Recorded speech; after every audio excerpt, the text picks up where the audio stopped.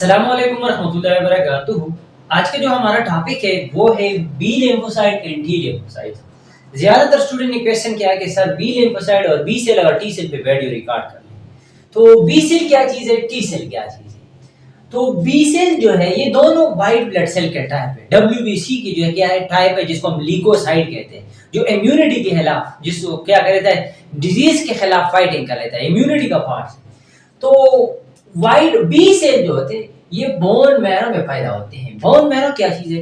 For example ये bone है, अगर इसको हम कट कर ले, क्रॉस सेक्शन कर ले, तो उसके अंदर इसी तरह जाल नुमा स्ट्रक्चर नजर आ जाएंगे। तो उस जाल नुमा स्ट्रक्चर को हम कहते हैं बोन मैरो। तो इसके अंदर ये बी लिम्फोसाइट पैदा होते हैं।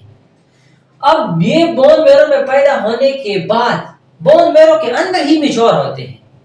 क्या होते हैं? बोन मैरो के अंदर ही क्या होते हैं? मैच्योर होते हैं और ये एंटीबॉडी पैदा कर लेते हैं। ये बी सेल ऐसे सेल है जो एंटीबॉडी पैदा कर लेते हैं। एंटीबॉडी क्या चीज है? जो उसी वायरस बैक्टीरिया के खिलाफ क्या कर लेता है, फाइटिंग कर लेता है और उसको कैद कर लेता है। तो अब ये बी सेल के फिर मजीद दो टाइप है, एक है प्लाज्मा सेल और एक है मेमोरी बी सेल। असल में जो एंटीबॉडी पैदा कर लेता है वो है B cells, plasma. B cell के अंदर जो एंटीबॉडी पैदा कर लेते हैं वो प्लाज्मा, और इसी प्लाज्मा को हम इफेक्टर भी कहते हैं। अब ये क्या कर लेता है, ये एंटीबॉडी को पैदा कर लेता है, एक्चुअली एंटीबॉडी को पैदा कर लेता है और उसका लाइफ स्पेन है 4 to 5 डेज। 4 से 5 डे के अंदर अंदर ये खुद ब खुद मर जाते हैं। एंटीबॉडी पैदा कर लेते हैं, वो एंटीबॉडी वायरस बैक्टीरिया के खिलाफ फाइटिंग करके उस वायरस बैक्टीरिया को किल कर लेता है और 4-5 डे के अंदर अंदर खुद भी क्या हो जाएंगे, खत्म हो जाते हैं। और इसके पास कोई रिसेप्टर वगैरह नहीं होता, इसके पास कोई रिसेप्टर वगैरह नहीं होता है। मेमोरी बी सेल नाम से जाहिर है कि ये स्टोरेज कर लेता है, इंफॉर्मेशन को स्टोर कर लेता है। फॉर एग्जांपल इसका सिंपल मतलब ये है कि फॉर एग्जांपल ये एक बॉडी है, बाहर से किसी वायरस बैक्टीरिया ने उस पे अटैक कर लिया, तो बी सेल ने तो उसको, प्लाज्मा सेल ने तो क्या कर देता है, उसके खिलाफ एंटीबॉडी पैदा कर लिया है। लेकिन ये मेमोरी बी सेल क्या कर लेता है, इस वायरस बैक्टीरिया की क्या कर लेता है, उसको वो कर लेता है, रिकॉग्नाइज कर लेता है कि ये फला वायरस है, इसके अंदर इतने से जीन है, ये है वो है, सब कुछ डेटा अपने पास स्टोर कर लेते हैं। क्यों स्टोर कर लेते हैं? कि अगर आइंदा ये वाला वायरस या बैक्टीरिया दोबारा अटैक कर ले और मेरे पास ऑलरेडी इंफॉर्मेशन मौजूद होते हैं, तो मैं बस डायरेक्टली वही एंटीबॉडी उसको क्या कर लेता हूँ, वही सेल को एक्टिवेट करके कि आपने ये वाला एंटीबॉडी पैदा कर देना है, ताकि डायरेक्टली हम उसको कैद कर लें। तो इसके पास ऑलरेडी इंफॉर्मेशन स्टोर होते हैं कि ये वायरस बैक्टीरिया ने पहले भी हमारे बॉडी पे अटैक किया है। तो इसको हम क्या कहते हैं, मेमोरी बी सेल। तो टी सेल क्या चीज है?